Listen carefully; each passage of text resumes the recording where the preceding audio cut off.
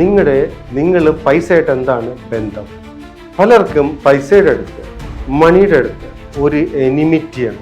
അവർ ദിവസവും രാവിലെ പൈസയൊക്കെ എടുത്ത് വെച്ചിട്ട് പൂജയൊക്കെ ചെയ്യും. പല ആൾക്ക് പൈസയുടെ അടുത്തൊരു പുച്ഛമാണ്. സർ, ഈ മണി ബ്ലോക്ക് എന്ന് പറയുന്നുണ്ടല്ലോ, എന്താണ് മണി ബ്ലോക്ക്? വളരെ ഇൻട്രസ്റ്റിംഗ് ആയിട്ടുള്ള ഒരു സബ്ജക്റ്റാണിത്. ഒരുപാട് ആൾക്കാർ മണി ബ്ലോക്ക് എന്ന് പറയുന്നുണ്ട്. ഈ അടുത്ത കാലത്താണ് ഈ ഒരു ടേം കൂടുതലായിട്ട് കേട്ട് വരുന്നത്. ഇത് പറഞ്ഞ് ആൾക്കാരുടെ മണിയുടെ ബ്ലോക്ക് കൂടിക്കൊണ്ടിരിക്കുകയാണ്. പല ആൾക്കാരും ഒരുപാട് ക്ലയൻസ് വരുന്നിട്ടുണ്ട്. വരുമ്പോൾ പറയുന്നത്, സാർ എനിക്ക് മണി ബ്ലോക്ക് ഉണ്ട്, എന്ത് ചെയ്യാൻ പറ്റും? ഡയറക്റ്റ് പെട്ട മണി ബ്ലോക്ക് ഉണ്ട്.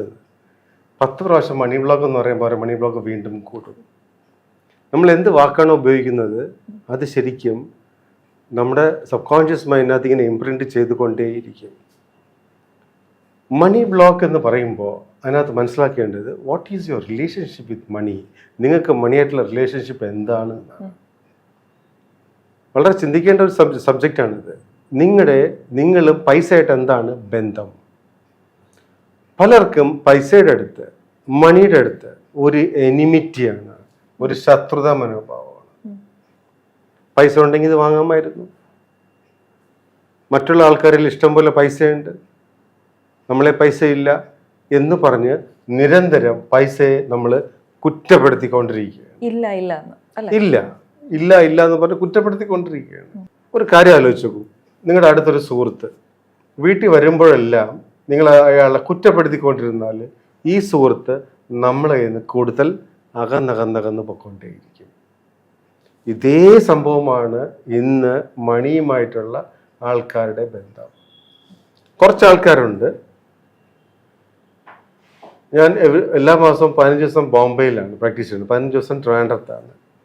ബോംബെയിൽ ഒരു സെറ്റ് ഓഫ് ആൾക്കാരുണ്ട്, വളരെ ഇൻട്രസ്റ്റിംഗ് ആണ്. അവർ ദിവസവും രാവിലെ പൈസയൊക്കെ എടുത്ത് വെച്ചിട്ട് പൂജയൊക്കെ ചെയ്യും. പൈസയെ ഭയങ്കര തൊട്ട് തൊഴും. പൈസയുടെ അടുത്ത് ഭയങ്കര ഒരു ലവ് ആണ്. അവർക്ക് പൈസയുടെ ബ്ലോക്കേ ഇല്ല. അവർക്ക് പൈസ ഇങ്ങനെ ഒഴുകിക്കൊണ്ടിരിക്കുകയാണ്. പൈസയെ പറ്റി കുറ്റം പറഞ്ഞാൽ പൈസ നമ്മളെ പൊയ്ക്കൊണ്ടേയിരിക്കും. പൈസ നമ്മൾ സ്നേഹിച്ചാൽ അടുത്ത് വന്നുകൊണ്ടേയിരിക്കും. പല ആൾക്കാരും കാശ് വളരെ അലക്ഷ്യമായിട്ടാണ് പേഴ്സിനകത്ത് ഇങ്ങനെ ചുരുട്ടിയൊക്കെ വെച്ചിട്ടുള്ളത്. പല ആൾക്ക് പൈസയുടെ അടുത്തൊരു പുച്ഛമാണ്. ഈ പൈസ എവിടെയാണ് ഉപയോഗിക്കേണ്ടത് പോലും അറിയത്തില്ല. പൈസ ചെലവാക്കുമ്പോൾ ഒരു സെന്റൻസ് ഉണ്ട്, അത് നിങ്ങളുടെ അടുത്ത് ചോദിക്കണം. ഈ പൈസ ഏതിനു വേണ്ടി ചെലവാക്കുമ്പോൾ, ഏതിനു വേണ്ടി, ചായ കുടിക്കുമ്പോഴായാലും, ഭക്ഷണം കഴിക്കുമ്പോഴായാലും, ഡ്രസ്സ് മേടിക്കുമ്പോഴായാലും, എല്ലാത്തിനും ഒരു കാര്യം ചോദിക്കണം. ഈ പൈസ ഇൻവെസ്റ്റ് ചെയ്യണത് ഈ പൈസ ഇൻവെസ്റ്റ് ചെയ്യുന്നതോടുകൂടി എനിക്ക് ഗ്രോത്ത് ഉണ്ടാകുമോ?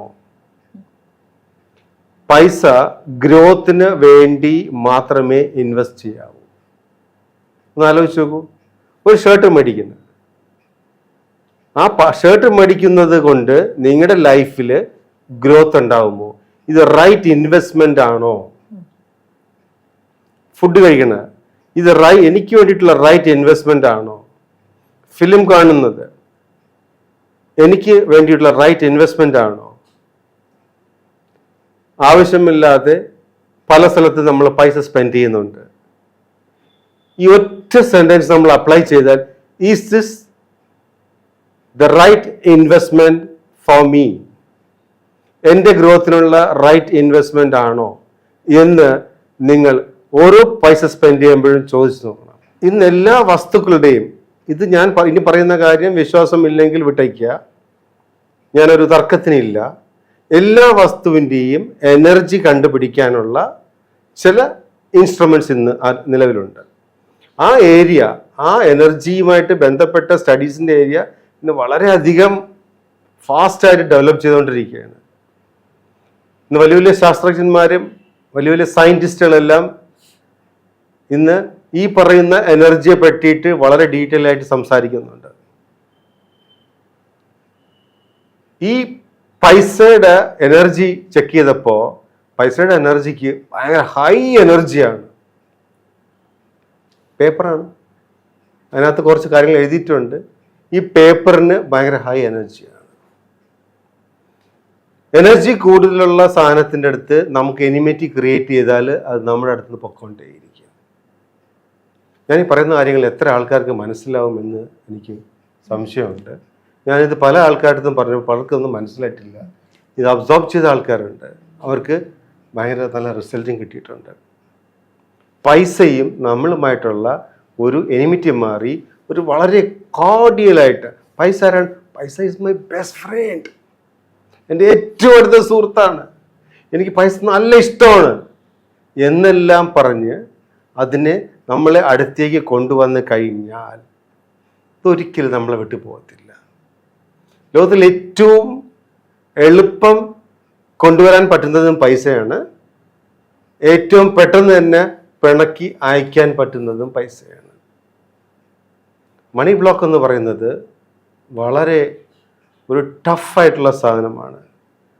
ഒരുപാട് ആൾക്കാരുണ്ട് എന്ത് ചെയ്തിട്ടും ലൈഫിൽ രക്ഷപ്പെടാൻ പറ്റുന്നില്ല. ഇവർക്ക് മണി ശരിക്കും ബ്ലോക്കായിട്ടിരിക്കുകയാണ്. വളരെ അത്യാവശ്യത്തിന് മാത്രം കാര്യങ്ങൾ നടന്നു പോകുന്നു. ഇത് വളരെ ഈസി ആയിട്ട് മാറ്റാൻ പറ്റും. നിങ്ങളുടെ ആറ്റിറ്റ്യൂഡ് ടുവേർഡ്സ് മണി മാറ്റണം. പല ആൾക്കാരുടെയും ആറ്റിറ്റ്യൂഡ് ടുവേർഡ്സ് മണി പലതും ഡിഫറെൻ്റ് ആണ്. ഈ ആറ്റിറ്റ്യൂഡ് ടുവേർഡ്സ് മണി, റിലേഷൻ ടുവേർഡ്സ് മണി, നമ്മൾ പൈസേനെ കൈകാര്യം ചെയ്യുന്ന രീതി, ഇതെല്ലാം മാറ്റിയാൽ പൈസയുടെ ബ്ലോക്ക് മാറ്റാൻ പറ്റും. അപ്പോൾ നോർമലി ആൾക്കാർ പറയില്ലേ പൈസ ഇല്ല എന്ന് പറയും. മീൻസ് കയ്യിൽ പൈസ ഉണ്ടെങ്കിലും ഇല്ല എന്ന് പറയും അല്ലേ? അപ്പോൾ അതും ഒരു എന്താ പറയുക നെഗറ്റീവ് തോട്ടല്ലേ? കോഴ്സ് പൈസ ഇല്ല എന്ന് പറയുമ്പോൾ നമ്മുടെ കയ്യിലുള്ള പൈസ കുറഞ്ഞിരിക്കും. പല ആൾക്കാർക്ക് അതറിയത്തില്ല, എൻ്റെ കയ്യിൽ പൈസ ഇല്ല. ഒരു കാര്യം നോക്കി അറിയാം. കുറേ അധികം ആൾക്കാർക്ക് ഒരു കാലഘട്ടത്തിൽ പൈസ കൂടി വന്നു, പിന്നെ വീണു, പിന്നെ മുകളിലോട്ട് കയറാനായിട്ട് വളരെ ബുദ്ധിമുട്ടാണ്. ഇത് പൈസയുടെ അടുത്ത് റൈറ്റ് ആയിട്ടുള്ള ആറ്റിറ്റ്യൂഡ് മെയിൻറ്റെയിൻ ചെയ്ത് കൊണ്ടുപോയാൽ പൈസ ഒരിക്കലും നമ്മളെ കൈവിടത്തില്ല. ഒരു സുഹൃത്തിനെ പോലെയല്ല, അതിനേക്കാൾ ഹൈ എനർജിയാണ് ഇത്. അപ്പോൾ ഇതിൽ സാർ പറയുന്ന പോലെ ലോ ഓഫ് അട്രാക്ഷൻ എന്നൊക്കെ പറയുന്ന പോലെ അല്ലേ? മീൻസ് നമ്മളിപ്പോൾ ഇല്ല എന്ന് പറയുമ്പോൾ നമ്മളിൽ നിന്ന് അകന്ന് പൊക്കോണ്ടിരിക്കും. നമ്മൾ കൂടെ ഉണ്ട് എന്നുള്ള നമ്മൾ സ്നേഹിക്കുകയാണെങ്കിൽ പൈസ കൂടി വരും, വന്നുകൊണ്ടേയിരിക്കും. ഓക്കെ, ഇത് വളരെ നല്ലതാണ്. പിന്നെ സാർ പറയും, നോർമലി ഞാൻ കേട്ടിട്ടുണ്ട് വേർഡ്സ് ഓഫ് പവർ എന്ന് പറയാറുണ്ടല്ലോ അങ്ങനെ. അപ്പോൾ എന്ന് വെച്ചാൽ നമ്മൾ എന്ത് കാര്യങ്ങളും മീൻസ് നമ്മൾ പൈസയോട് നമ്മൾ വളരെ സ്നേഹത്തോടുകൂടി സംസാരിക്കുകയാണെങ്കിൽ നമ്മൾ അത് സ്നേഹിച്ചുകൊണ്ടിരിക്കും, നമ്മൾ അടുത്ത് വന്നുകൊണ്ടേയിരിക്കും. നമ്മൾ ഇല്ല എന്ന് പറയുമ്പോൾ അകന്ന് ഓടിക്കൊണ്ടിരിക്കും. തീർച്ചയായിട്ടും ഈ പൈസയുടെ ബ്ലോക്ക് നമുക്ക് ഈസി ആയിട്ട് മാറ്റാനും പറ്റും. കുറേ ടെക്നിക്സ് ഉണ്ട്. പൈസയുടെ ബ്ലോക്ക് മാറ്റാനായിട്ട് ആദ്യം നമുക്ക് നമ്മുടെ മൈൻഡിനകത്തുള്ള ആ പൈസയുടെ ആയിട്ടുള്ള റിലേഷൻഷിപ്പിന്റെ ചലഞ്ച് മാറ്റണം. ഹോപ്പിനൊപ്പം ഒരു ടെക്നിക്കുണ്ട്, വളരെ ഈസിയാണ്. ഒരു റിലേഷൻഷിപ്പ് ഇഷ്യൂ റിസോൾവ് ചെയ്യാനായിട്ട് ഏറ്റവും എളുപ്പമുള്ള ഇഷ്യൂ ആണ് ഹോപ്പിനൊപ്പം എന്ന് പറയും. കേൾക്കുമ്പോൾ ഭയങ്കര എന്താ പറയുക, ഇത്രയേ ഉള്ളോ എന്ന് ചോദിക്കും. 4 വേർഡ്സ് മാത്രമേ ഉള്ളൂ. Please forgive me, I am sorry, I love you, thank you. ഇത് അപ്ലൈ ചെയ്യേണ്ട ഒരു പ്രത്യേക രീതിയുണ്ട്. ആ രീതിയിൽ നമ്മൾ ഈ പ്രോസസ്സ് അപ്ലൈ ചെയ്ത് കഴിഞ്ഞാൽ പൈസയായിട്ട് മാത്രമല്ല, നിങ്ങൾ വേറെ ആർക്കെങ്കിലും റിലേഷൻഷിപ്പ് ഇഷ്യൂ ഉണ്ടെങ്കിൽ ഇതെല്ലാം റിസോൾവ് ചെയ്യാൻ പറ്റുന്ന ഒരു പവർഫുൾ പ്രോസസ്സും കൂടിയാണ് ഈ ഹോപ്പിനൊപ്പം. ഇപ്പം ജസ്റ്റ് പറഞ്ഞതേ ഉള്ളൂ ഇങ്ങനെ ഒരു പ്രോസസ്സുണ്ട്. ഇത് മാത്രമല്ല, ഒരുപാട് അധികം പ്രോസസ്സുണ്ട്.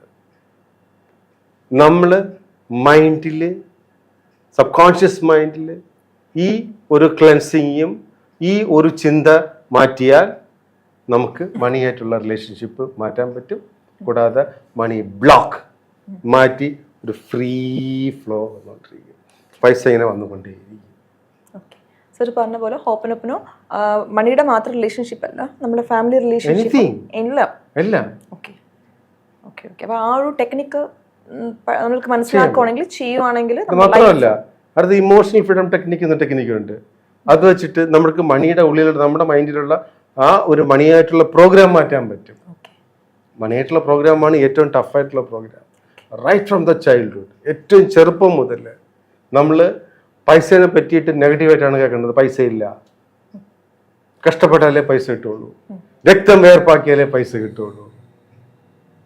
കാരണം കുട്ടികളെ പല സാധനങ്ങളും വാങ്ങുന്നതിൽ നിന്നും ഒഴിവാക്കാനായിട്ട് അച്ഛനും അമ്മയും തെറ്റായിട്ട് ഉപയോഗിച്ചുകൊണ്ടിരിക്കുന്ന ഒരു പ്രോസസ്സാണ്. ഈ സാധനം വാങ്ങിച്ചാൽ നിനക്ക് ആവശ്യമില്ല എന്ന് പറഞ്ഞ് മനസ്സിലാക്കി കൊടുക്കുന്നതിന് പകരം വളരെ ഈസി ആയിട്ട് കൊച്ചിനിൽ നിന്നും ആ കുട്ടിയിൽ നിന്നും ഈ സാധനം വാങ്ങാതിരിക്കാനായിട്ട് കാശില്ല,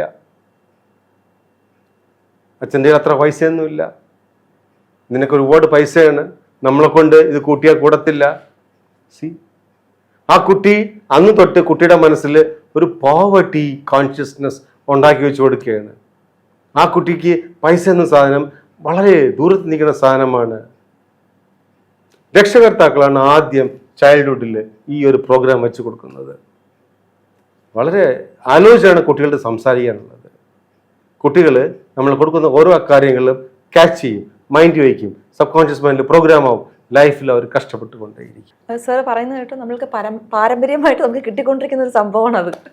പക്ഷെ എനിക്ക് എൻ്റെ പാരൻസിൽ നിന്ന് കിട്ടിയിട്ടുണ്ടാവും, അപ്പൊ ഞാൻ എൻ്റെ കുട്ടികൾക്ക് കൊടുക്കുന്നുണ്ട്. ഇതിങ്ങനെ ഇത് മാറ്റണം തീർച്ചയായിട്ടും.